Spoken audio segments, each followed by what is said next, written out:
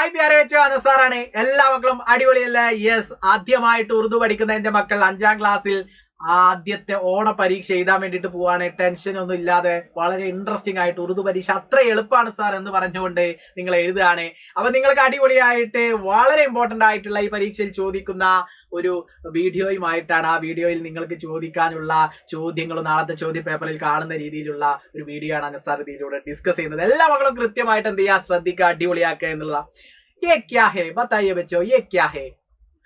യേ ഖൂബ്സൂരത് ഘർ ഹേ. അല്ലെ, ഇതൊരു മനോഹരമായിട്ടുള്ള വീടാണ് സാർ. ഇത് ഞങ്ങൾക്ക് വളരെയധികം ഇഷ്ടപ്പെട്ടു. ഈ വീട് എവിടെ കിട്ടും എന്നൊക്കെ നിങ്ങളുടെ മനസ്സിൽ ഒരു ചിന്തയൊക്കെ ഉണ്ടാകും അല്ലെ.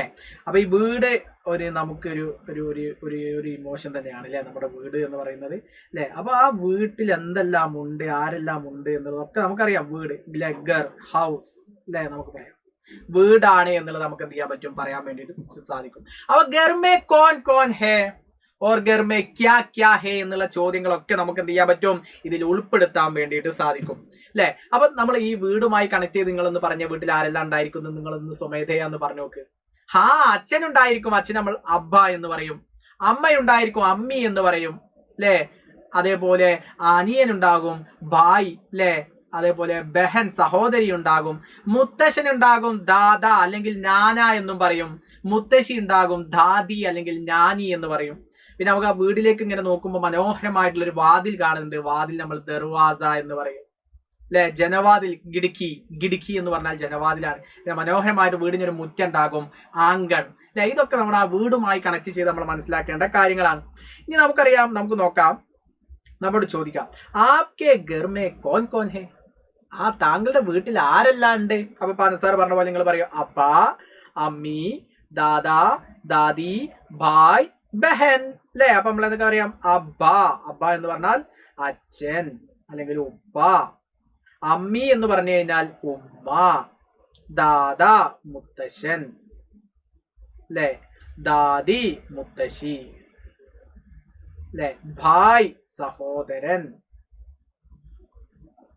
ബഹൻ സഹോദരി. ഈ രീതിയിൽ നമുക്ക് എന്ത് ചെയ്യാൻ പറ്റും, കണക്ട് ചെയ്യാൻ പറ്റും.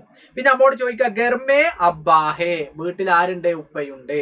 ഗർമേ ദാദാഹേ, വീട്ടിൽ ആരുണ്ട്, മുത്തശ്ശനുണ്ട്.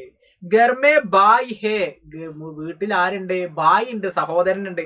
ഗർമേ അമ്മി ഹേ, വീട്ടിൽ ആരുണ്ട്, ഉമ്മയുണ്ട്, അമ്മയുണ്ട്. ഗർമേ ദാദി ഹേ, വീട്ടിൽ ആരുണ്ട്, മുത്തശ്ശിയുണ്ട്. ഗർമേ ബഹൻ ഹേ, വീട്ടിൽ സഹോദരനുണ്ട്. ആണോ? സഹോദരി, ബഹൻ എന്ന് പറഞ്ഞാൽ സഹോദരിയാണ്. അപ്പൊ എന്റെ മക്കൾ നോക്കിയേ, ഗർമേ അബ്ബാഹേ, അപ്പൊ നേരെ നമുക്ക് പറയാൻ പറ്റും വീട്ടിൽ അച്ഛനുണ്ട്, അമ്മയുണ്ട്. ഗർമേ ദാദാഹേ, ഇവിടെ ആരുണ്ട്, ദാദിയുണ്ട്.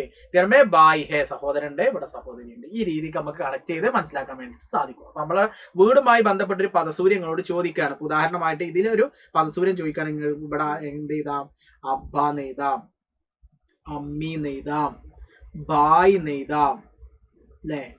അതേപോലെ ബഹൻ നെയ്താം അല്ലെ. ബഹൻ എന്ന് പറഞ്ഞാൽ സഹോദരി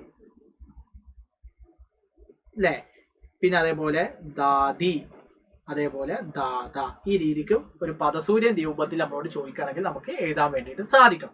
സിമ്പിൾ അല്ല, സിമ്പിൾ ആൻഡ് ഹംബിൾ ആയിട്ട് നമുക്ക് എഴുതാം. പിന്നെ എന്റെ മക്കൾ അടിപൊളിയായിട്ട് എന്ത് ചെയ്യണം, പരീക്ഷ എഴുതണം. അപ്പൊ ഈ കാര്യങ്ങളൊക്കെ എന്റെ വീടുമായി കണക്ട് ചെയ്തിട്ടുള്ള കാര്യങ്ങളൊക്കെ നമ്മുടെ ആദ്യത്തെ യൂണിറ്റിലുമായി വരുന്ന കാര്യങ്ങളാണ്. അത് കൃത്യമായിട്ട് നമ്മൾ പഠിച്ചാൽ നല്ല മാർക്ക് നമുക്ക് നേടാൻ കഴിയും. അപ്പോൾ വളരെ ഇൻട്രസ്റ്റിംഗ് ആയിട്ട് നമുക്ക് എന്ത് ചെയ്യാൻ പറ്റും, ഈ അധ്യയന വർഷത്തെ ഓണപരീക്ഷ എഴുതാൻ പറ്റും എന്നുള്ളത് അനസാർ എന്റെ മക്കൾക്ക് ഉറപ്പ് തരികയാണ്. നിങ്ങൾ ഒന്നുകൊണ്ടും പേടിക്കണ്ട, ഈ വീഡിയോ കൃത്യമായി കാണുക.